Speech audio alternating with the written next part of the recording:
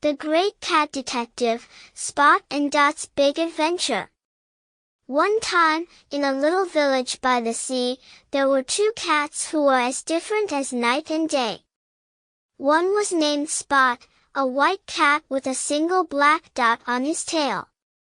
The other was Dot, a black cat with a single white spot on her nose. Together, they were the best of friends, but more importantly, they were the great cat detectives. Now, Spot and Dot didn't spend their days chasing mice or napping in sunbeams like other cats. No. They had more important things to do, like solving the mystery of the missing fish flakes or the case of the disappearing yarn balls.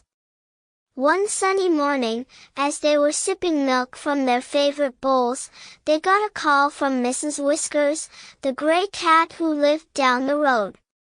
"Oh, Spot and Dot," she wailed over the phone. "Someone has stolen my prized fish pillow. You must help me find it." Spot and Dot looked at each other, their whiskers twitching in excitement. A new case. They grabbed their detective hats, their magnifying glass, and set off. As they approached Mrs. Whiskers' house, Dot turned to Spot and said, "I bet it's that sneaky raccoon, Ricky. He's always swiping things." Spot, ever the cautious one, nodded. "Let's not jump to conclusions, Dot. We need clues." They entered Mrs. Whiskers' living room, where the poor cat was sobbing over her empty fish pillowcase. It was a very fishy situation indeed. The first clue was a trail of fishy crumbs leading out the back door. Spot put on his serious detective face, which made his black dot on his tail wiggle in concentration. "Follow the crumbs, Dot," Spot ordered. Dot's nose twitched as she sniffed the air. "Smells like sardines. This thief is not only sneaky but smelly." The trail led them through the garden, past the bird bath, and straight to the doghouse. Spot and Dot exchanged a puzzled glance. "Why would a dog steal a fish pillow?" Dot asked, scratching her head with her paw. Inside the doghouse was none other than Buster, the fluffy, brown cocker spaniel from down the street. He was chewing happily on a fish pillow. "Buster!" Spot exclaimed. "You've been caught, fish-pawed." Buster looked up innocently and wagged his tail.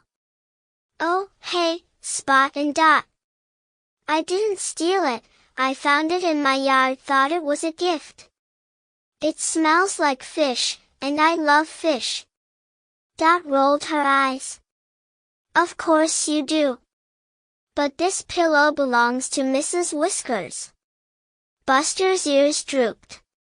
"I'm sorry, I didn't mean to cause trouble.